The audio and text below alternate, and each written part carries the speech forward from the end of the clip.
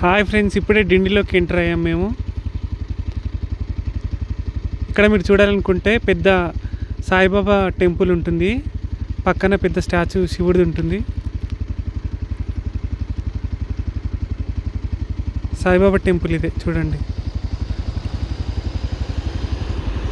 అలాగే ముందుకెళ్తే డిండి రిజర్వాయర్ ఉంటుంది. ఇగో అప్పుడు బండ్లు పైకి అలా ఉండేది, కానీ ఇప్పుడు గేట్ వేసి రానివ్వడం లేదు. వాకింగ్ అట్లా వెళ్తుంటుంది అక్కడ. అలాగే ముందుకెళ్తే ఇక్కడ మొత్తం చేపలు ఫ్రై సెంటర్లు ఉంటాయి. ఇదే రిజర్వాయర్, అది వాటర్ ఎక్కువైతే ఫ్లోటింగ్ వస్తుంది ఇక్కడ.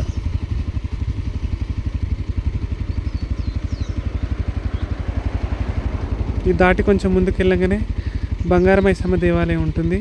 ఇక్కడ ఆపి దేవుడికి మొక్కి వెళ్ళొచ్చు.